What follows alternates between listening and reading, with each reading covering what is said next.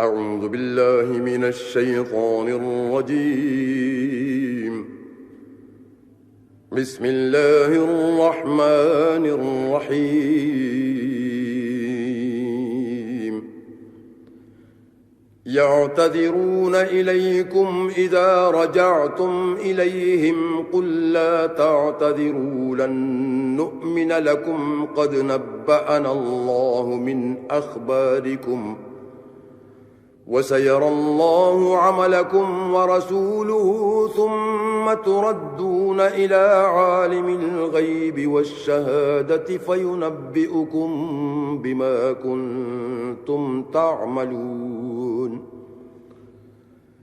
سيحلفون بالله لكم إذا انقلبتم إليهم لتعرضوا عنهم فأعرضوا عنهم إنهم رجس ومأواهم جهنم جزاء بما كانوا يكسبون. يحلفون لكم لترضوا عنهم فإن ترضوا عنهم فإن الله لا يرضى عن القوم الفاسقين. الأعراب أشد كفرا ونفاقا وأجدر ألا يعلموا حدود ما أنزل الله على رسوله والله عليم حكيم. ومن الأعراب من يتخذ ما ينفق مغرما ويتربص بكم الدوائر عليهم دائرة السوء والله سميع عليم. ومن الأعراب من يؤمن بالله واليوم الآخر ويتخذ ما ينفق قربات عند الله وصلوات الرسول ألا إنها قربة لهم سيدخلهم الله في رحمته إن الله غفور رحيم. والسابقون الأولون من المهاجرين والأنصار والذين اتبعوهم بإحسان رضي الله عنهم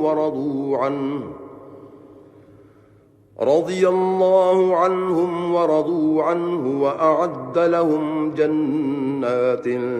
تجري تحتها الأنهار خالدين فيها أبدا ذلك الفوز العظيم. وممن حولكم من الأعراب منافقون ومن أهل المدينة مردوا على النفاق لا تعلمهم نحن نعلمهم سنعذبهم مرتين ثم يردون إلى عذاب عظيم. وآخرون اعترفوا بذنوبهم خلطوا عملا صالحا وآخر سيئا عسى الله أن يتوب عليهم إن الله غفور رحيم. خذ من أموالهم صدقة تطهرهم وتزكيهم بها وصل عليهم إن صلاتك سكن لهم والله سميع عليم. ألم يعلموا أن الله هو يقبل التوبة عن عباده ويأخذ الصدقات وأن الله هو التواب الرحيم. وقل اعملوا فسيرى الله عملكم ورسوله والمؤمنون وستردون إلى عالم الغيب والشهادة فينبئكم بما كنتم تعملون. وآخرون مرجون لأمر الله إما يعذبهم وإما يتوب عليهم والله عليم حكيم. والذين اتخذوا مسجدا ضرارا وكفرا وتفريقا بين المؤمنين وإرصادا لمن حارب الله ورسوله من قبل وليحلفن إن أردنا إلا الحسنى والله يشهد إنهم لكاذبون. لا تقم فيه أبدا لمسجد أسس على التقوى من أول يوم أحق أن تقوم فيه رجال يحبون أن يتطهروا والله يحب المطهرين. أفمن أسس بنيانه على تقوى من الله ورضوان خير أم من أسس بنيانه على شفا جرف هار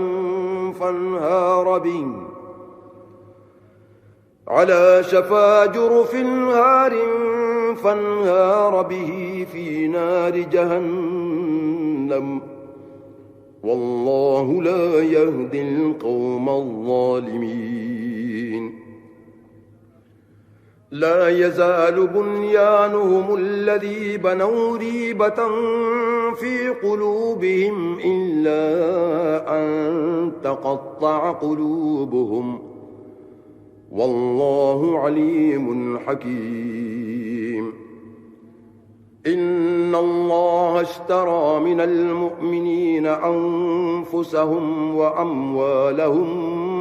بأن لهم الجنة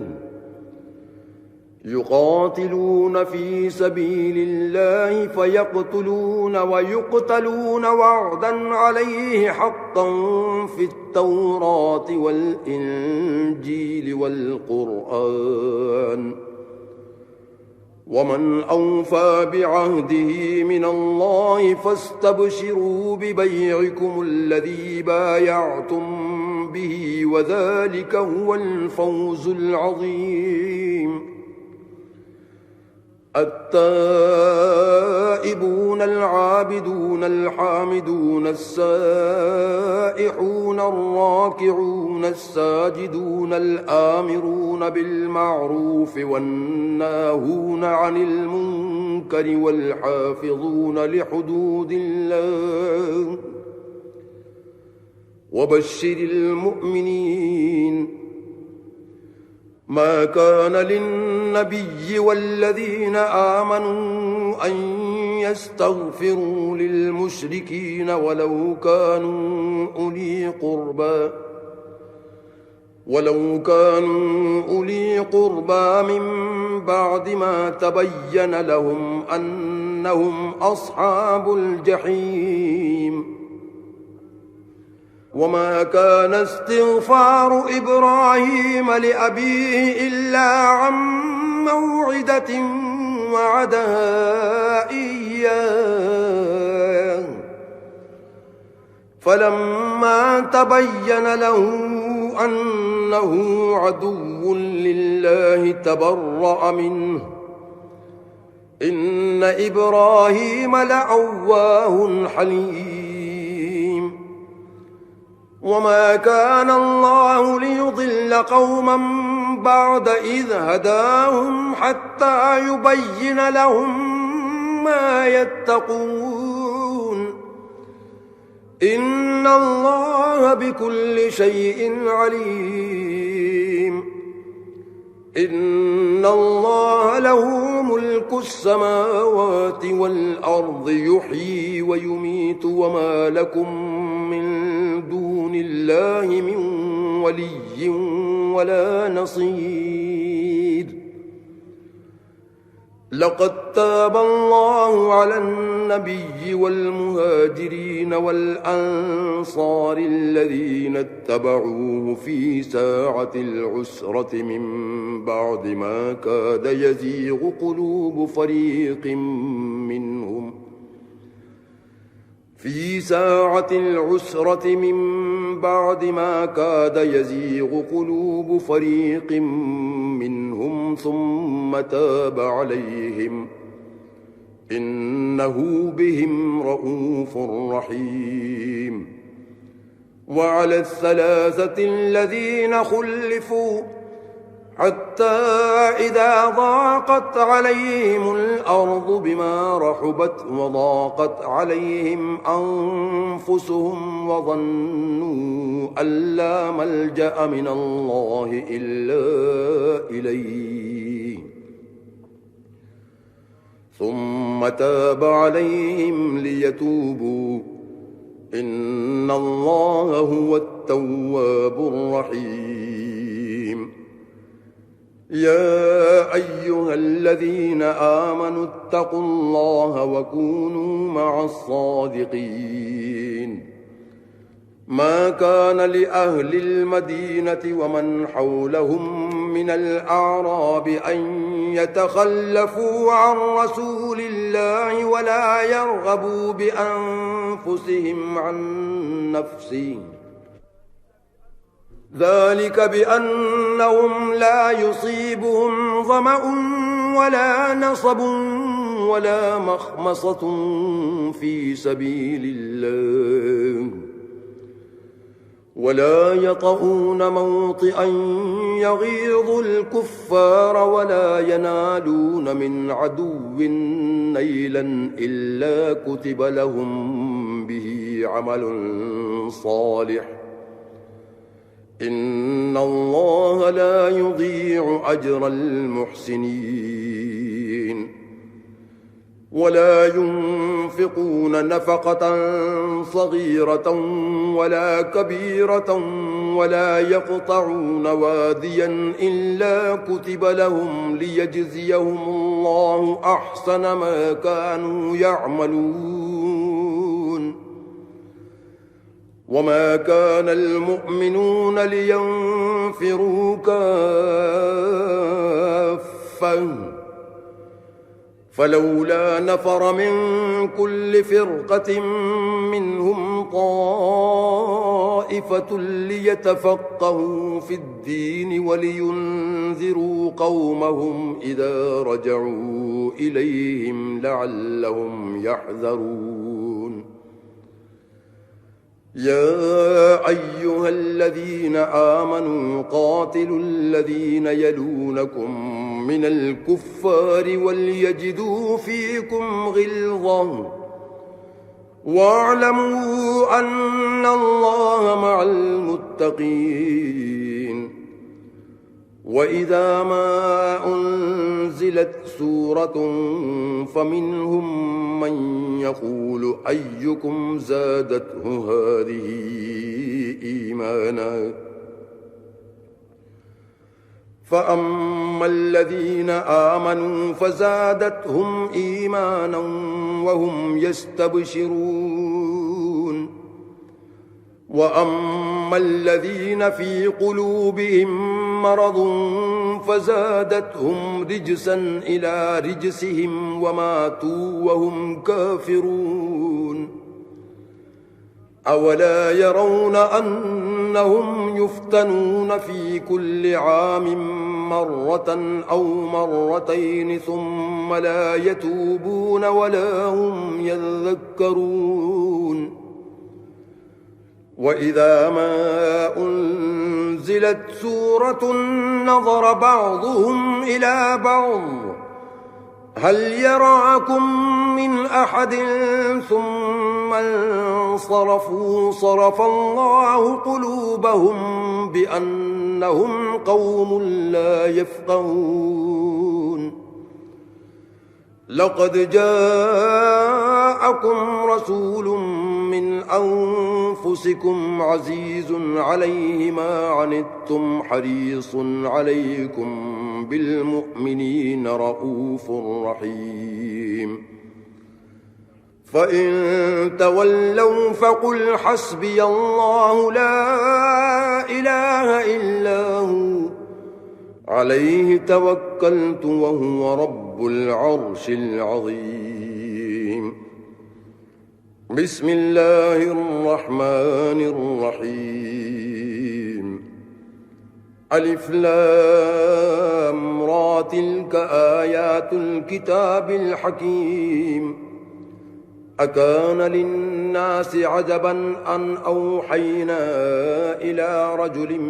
منهم أن أنذر الناس وبشر الذين آمنوا أن لهم قدم صدق عند ربهم قال الكافرون إن هذا لساحر مبين إن ربكم الله الذي خلق السماوات والأرض في 6 أيام ثم استوى على العرش يدبر الأمر ما من شفيع إلا من بعد إذنه ذلكم الله ربكم فاعبدوه أفلا تذكرون إليه مرجعكم جميعا وعد الله حقا إنه يبدأ الخلق ثم يعيده ليجزي الذين آمنوا وعملوا الصالحات بالقسط والذين كفروا لهم شراب من حميم وعذاب أليم بما كانوا يكفرون هو الذي جعل الشمس ضياء والقمر نورا وقدره منازل لتعلموا عدد السنين والحساب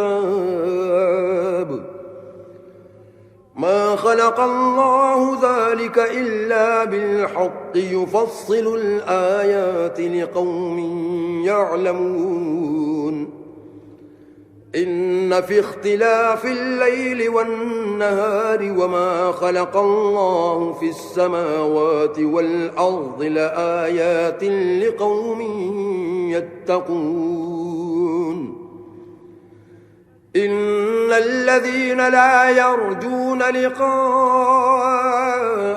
ورضوا بالحياة الدنيا واطمأنوا بها والذين هم عن آياتنا غافلون أولئك مأواهم النار بما كانوا يكسبون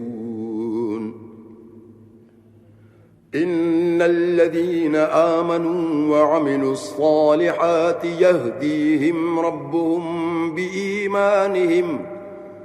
تجري من تحتهم الأنهار في جنات النعيم دعواهم فيها سبحانك اللهم وتحيتهم فيها سلام وآخر دعواهم أن الحمد لله رب العالمين ولو يعجل الله للناس الشر استعجالهم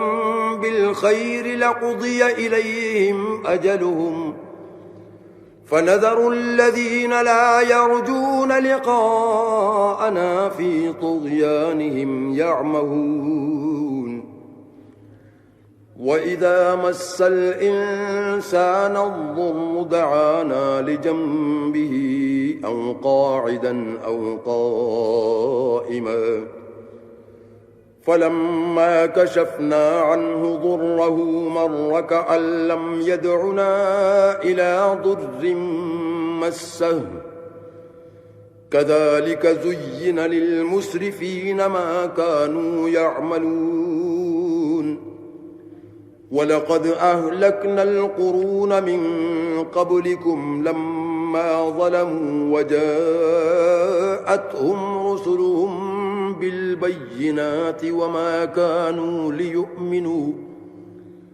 كذلك نجزي القوم المجرمين ثم جعلناكم خلائف في الأرض من بعدهم لننظر كيف تعملون وإذا تتلى عليهم آياتنا بينات قال الذين لا يرجون لقاء نأت بقرآن غير هذا أو بدله قل ما يكون لي أن أبدله من تلقاء نفسي إن أتبع إلا ما يوحى إلي إني أخاف إن عصيت ربي عذاب يوم عظيم قل لو شاء الله ما تلوته عليكم ولا أدراكم به فقد لبثت فيكم عمرا من قبله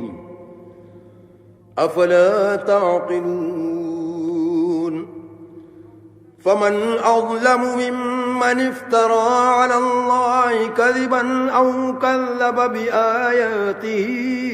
إنه لا يفلح المجرمون ويعبدون من دون الله ما لا يضرهم ولا ينفعهم ويقولون هؤلاء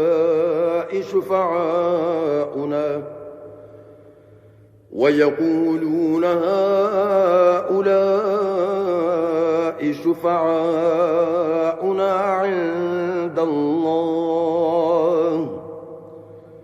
قل أتنبئون الله بما لا يعلم في السماوات ولا في الأرض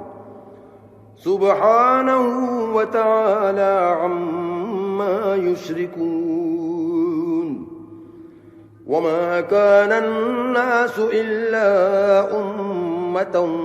واحدة فاختلفوا ولولا كلمة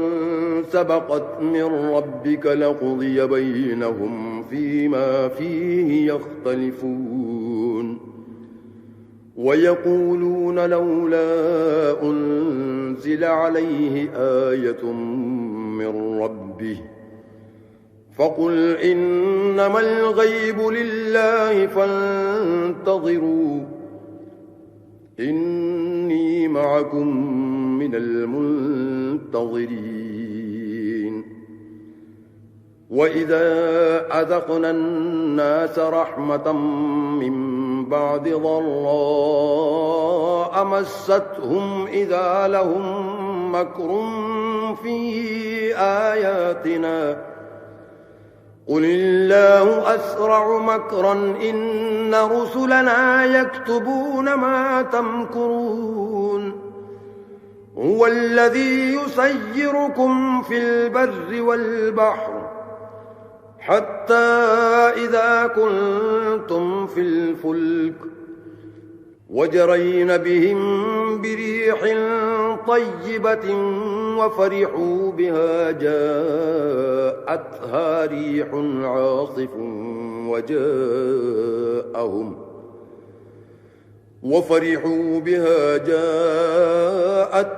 ريح عاصف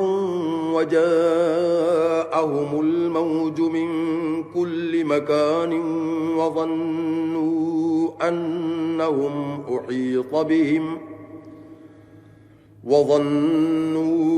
أنهم أحيط بهم دعوا الله مخلصين له الدين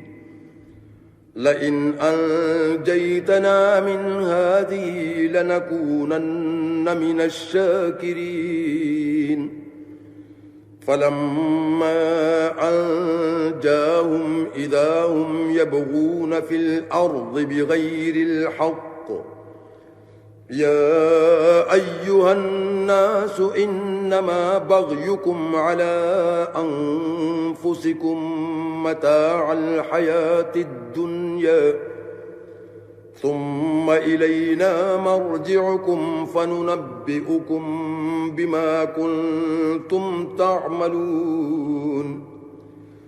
إنما مثل الحياة الدنيا كماء إن أنزلناه من السماء فاختلط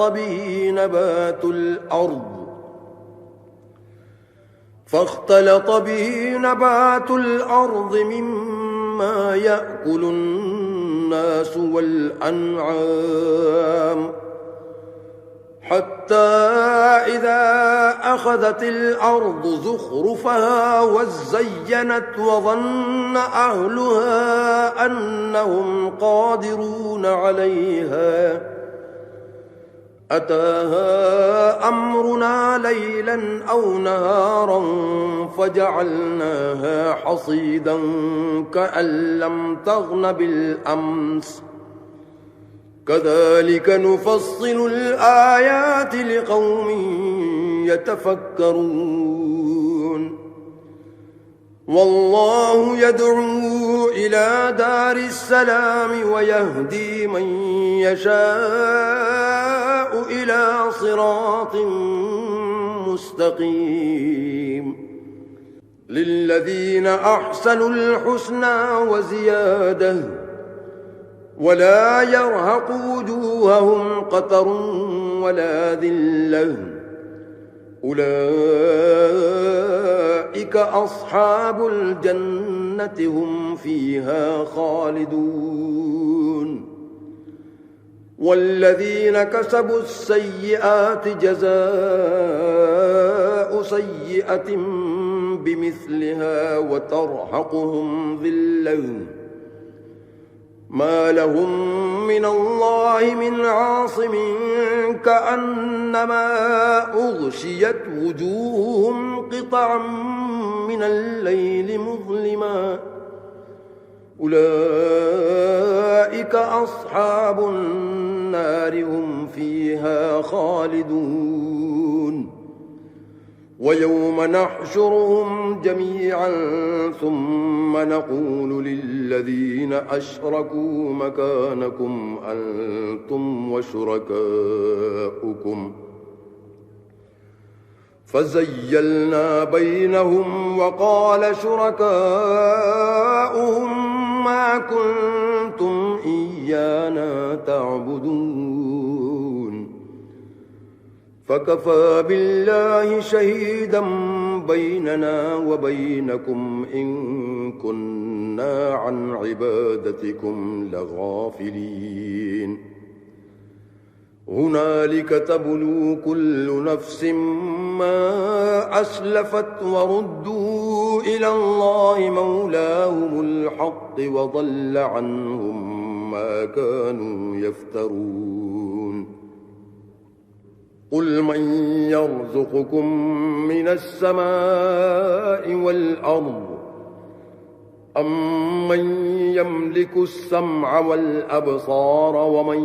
يخرج الحي من الميت ويخرج الميت من الحي ومن يدبر الأمر فسيقولون الله فقل أفلا تتقون فذلكم الله ربكم الحق فماذا بعد الحق إلا الضلال فأنى تصرفون كذلك حقت كلمة ربك على الذين فسقوا أنهم لا يؤمنون قل هل من شركائكم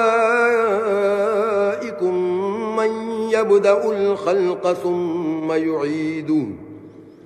قل الله يبدأ الخلق ثم يعيده فأنى تؤفكون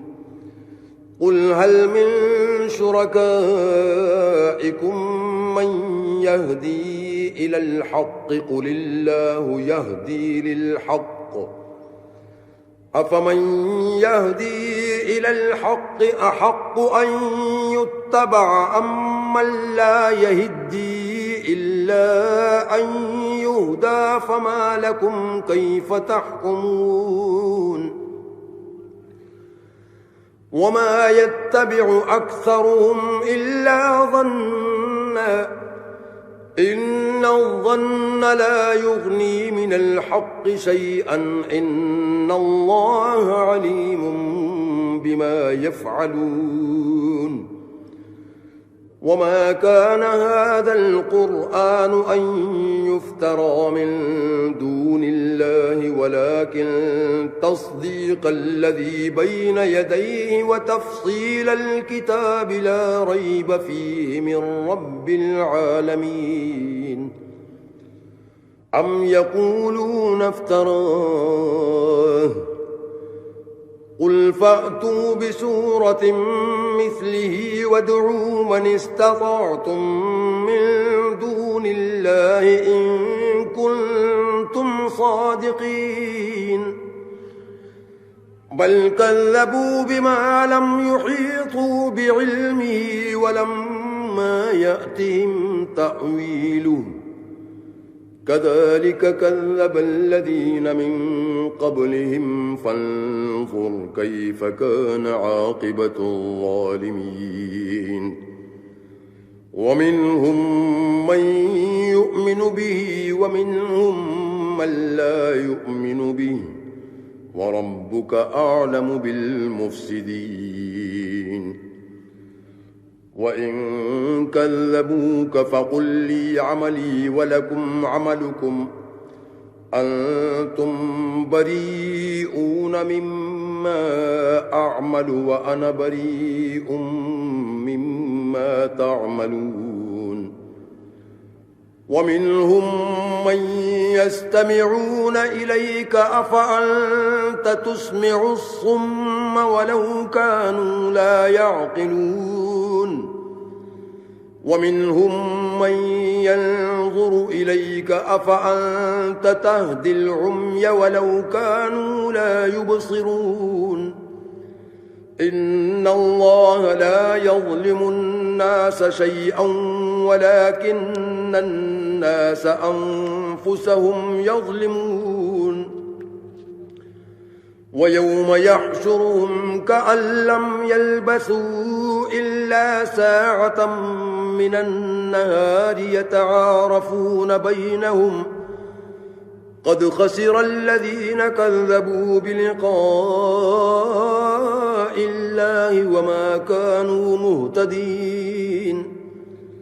وإما نرينك بعض الذي نعدهم أو نتوفينك فإلينا مرجعهم ثم الله شهيد على ما يفعلون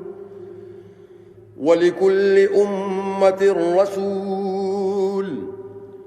فإذا جاء رسولهم قضي بينهم بالقسط وهم لا يظلمون ويقولون متى هذا الوعد إن كنتم صادقين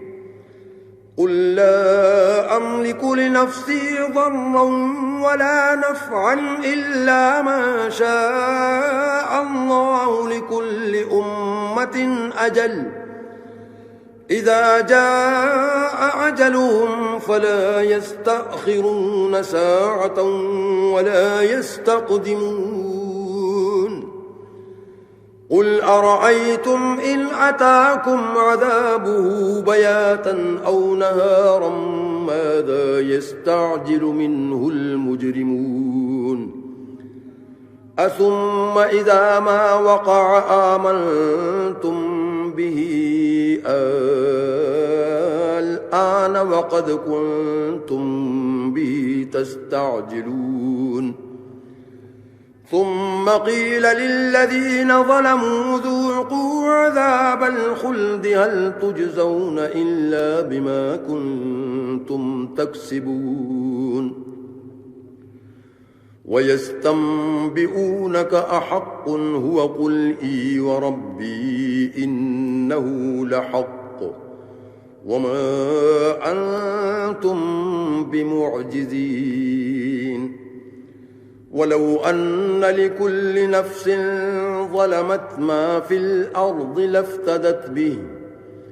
وأسروا الندامة لما رأوا العذاب وقضي بينهم بالقسط وهم لا يظلمون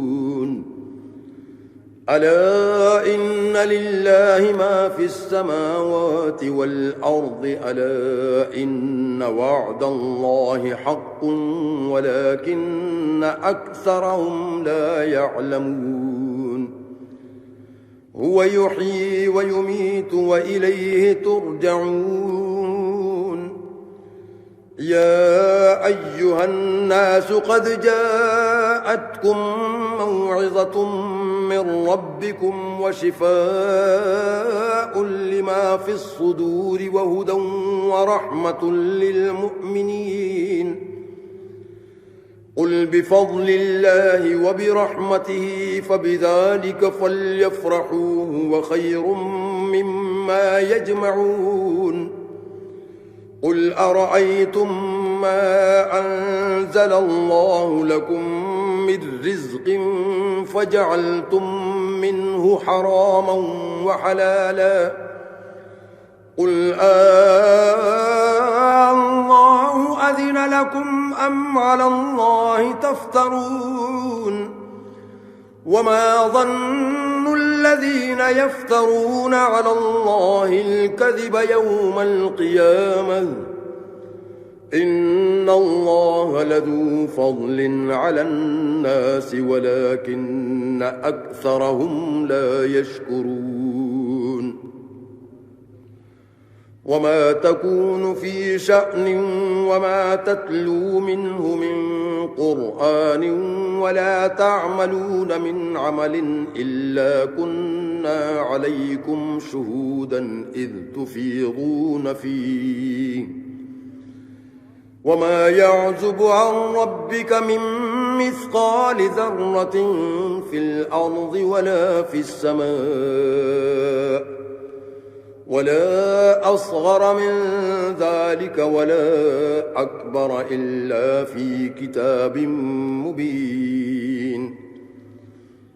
ألا إن أولياء الله لا خوف عليهم ولا هم يحزنون الذين آمنوا وكانوا يتقون لهم البشرى في الحياة الدنيا وفي الآخرة لا تبديل لكلمات الله ذلك هو الفوز العظيم ولا يحزنك قولهم إن العزة لله جميعا هو السميع العليم ألا إن لله من في السماوات ومن في الأرض وما يتبع الذين يدعون من دون الله شركاء إن يتبعون إلا الظن وإن هم إلا يخرصون هو الذي جعل لكم الليل لتسكنوا فيه والنهار مبصرا إن في ذلك لآيات لقوم يسمعون قالوا اتخذ الله ولدا سبحانه هو الغني له ما في السماوات وما في الأرض إن عندكم من سلطان بهذا أتقولون على الله ما لا تعلمون قل إن الذين يفترون على الله الكذب لا يفلحون متاع في الدنيا ثم إلينا مرجعهم ثم نذيقهم العذاب الشديد بما كانوا يكفرون واتل عليهم نبأ نوح إذ قال لقومه يا قوم إن كان كبر عليكم مقامي وتذكيري بآيات الله فعلى الله توكلت فأجمعوا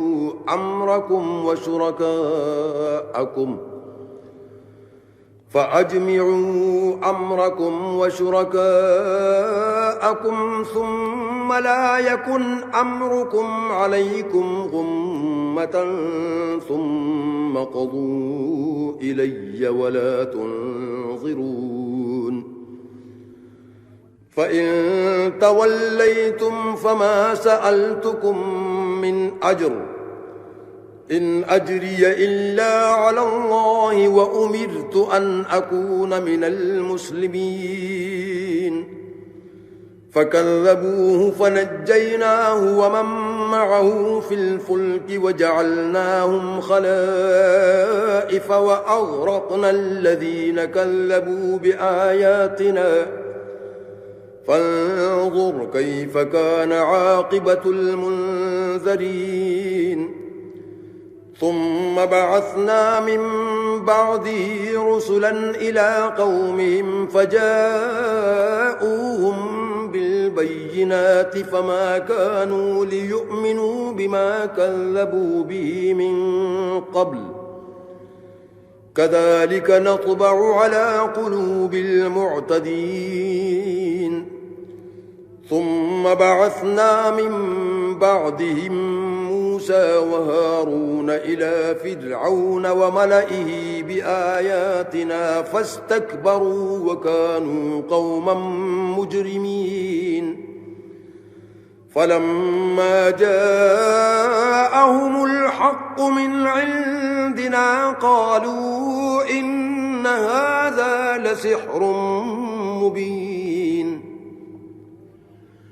قال موسى أتقولون للحق لما جاءكم أسحر هذا ولا يفلح الساحرون قالوا أجئتنا لتلفتنا عما وجدنا عليه آباءنا وتكون لكما الكبرياء في الأرض وما نحن لكما بمؤمنين وقال فرعون ائتوني بكل ساحر عليم فلما جاء السحرة قال لهم موسى ألقوا ما أنتم ملقون فلما ألقوا قال موسى ما جئتم به السحر إن الله سيبطله إن الله لا يصلح عمل المفسدين ويحق الله الحق بكلماته ولو كره المجرمون فما آمن لموسى إلا ذرية من قومه على خوف من فرعون وملئهم أن يفتنهم وإن فرعون لعال في الأرض وإنه لمن المسرفين وقال موسى يا قوم إن كنتم آمنتم بالله فعليه توكلوا إن كنتم مسلمين فقالوا على الله توكلنا ربنا لا تجعلنا فتنة للقوم الظالمين ونجنا برحمتك من القوم الكافرين وأوحينا إلى موسى وأخيه أن تبوأ لقومكما بمصر بيوتا واجعلوا بيوتكم قبلة وأقيموا الصلاة وبشر المؤمنين وقال موسى ربنا إنك آتيت فرعون وملأه زينة وأموالا في الحياة الدنيا ربنا ليضلوا عن سبيلك ربنا اطمس على أموالهم واشدد على قلوبهم فلا يؤمنوا حتى يروا العذاب الأليم قال قد أجيبت دعوتكما فاستقيما ولا تتبعان سبيل الذين لا يعلمون وجاوزنا ببني إسرائيل البحر فأتبعهم فرعون وجنوده بغيا وعدوا حتى إذا أدركه الغرق قال آمنت أنه لا إله إلا الذي آمنت به بنو إسرائيل وأنا من المسلمين الآن وقد عصيت قبل وكنت من المفسدين فاليوم ننجيك ببدنك لتكون لمن خلفك آية وإن كثيرا من الناس عن آياتنا لغافلون ولقد بوأنا بني إسرائيل مبوأ صدق ورزقناهم من الطيبات فما اختلفوا حتى جاءهم العلم إن ربك يقضي بينهم يوم القيامة فيما كانوا فيه يختلفون فإن كنت في شك مما أنزلنا إليك فاسأل الذين يقرؤون الكتاب من قبلك لقد جاءك الحق من ربك فلا تكونن من الممترين ولا تكونن من الذين كذبوا بآيات الله فتكون من الخاسرين إن الذين حقت عليهم كلمة ربك لا يؤمنون ولو جاءتهم كل آية حتى يروا العذاب الأليم فلولا كانت قرية آمنت فنفعها إيمانها إلا قوم يونس لما آمنوا كشفنا عنهم عذاب الخزي في الحياة الدنيا ومتعناهم إلى حين ولو شاء ربك لآمن من في الأرض كلهم جميعا أفأنت تكره الناس حتى يكونوا مؤمنين وما كان لنفس أن تؤمن إلا بإذن الله ويجعل الرجس على الذين لا يعقلون قل انظروا ماذا في السماوات والأرض وما تغني الآيات والنذر عن قوم لا يؤمنون فهل ينتظرون إلا مثل أيام الذين خلوا من قبلهم قل فانتظروا إني معكم من المنتظرين ثم ننجي رسلنا والذين آمنوا كذلك حقا علينا ننجي المؤمنين